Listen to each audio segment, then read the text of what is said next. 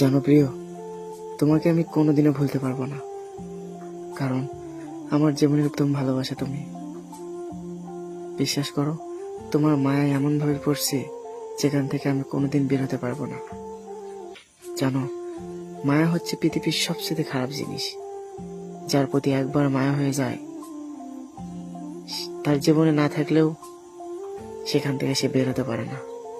আমি তো তোমার মায়ায় পড়ছি।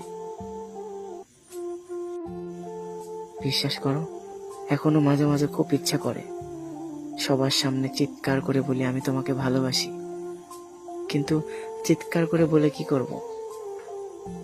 যে বোঝার মতো মানুষ ছিল সেই তো আমাকে বোঝেনি, তাহলে কাকে বোঝাবো আমি?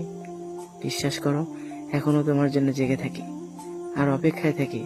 হয়তো সবকিছু ভুলে সে আমার শুধু অপেক্ষায় থাকি, হয়তো সবকিছু ভুলে সেই মানুষটা আবার ফিরে আসবে। আমি যখন রাত জাগতাম তখন তুমি আমাকে বলতে, এখন রাত জেগো না, শরীর খারাপ করবে। একটু দেরি করে ঘুমালে বকাবকি করতে। সবসময় বলতে আমি যেন নিজের শরীরের যত্ন নেই। বিশ্বাস করো প্রিয়, তুমি আমাকে ছেড়ে চলে যাওয়ার পর একদিন না, 1 মাস ঘুম জেগে থাকলেও কেউ আর বলে না তোমার শরীর খারাপ করবে।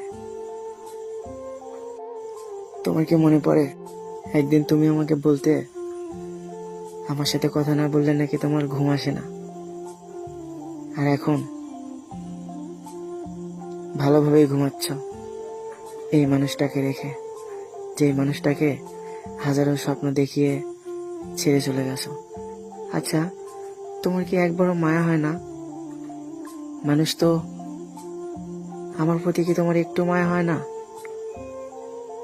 এত স্বপ্ন দেখায়া কেন আমারে ছাইরা গেলা?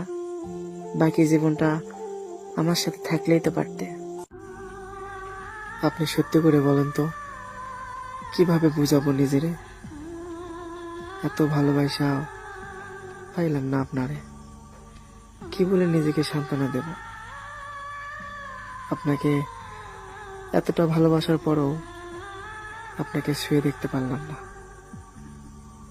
একটা কথা কি জানেন, সত্যিকারের ভালোবাসাগুলো এমনই হয়, ঠিক আমার মতো। সারা দিন রাত কান্না করেও প্রিয় মানুষের মন পাইলাম না। শেষ পর্যন্ত তুমিও প্রমাণ করে দিলে আমাকে ছাড়া তুমি ভালোই আছো। তবে মায়াবতী, সব জায়গায় ভালোবাসা পাওয়া যায় না।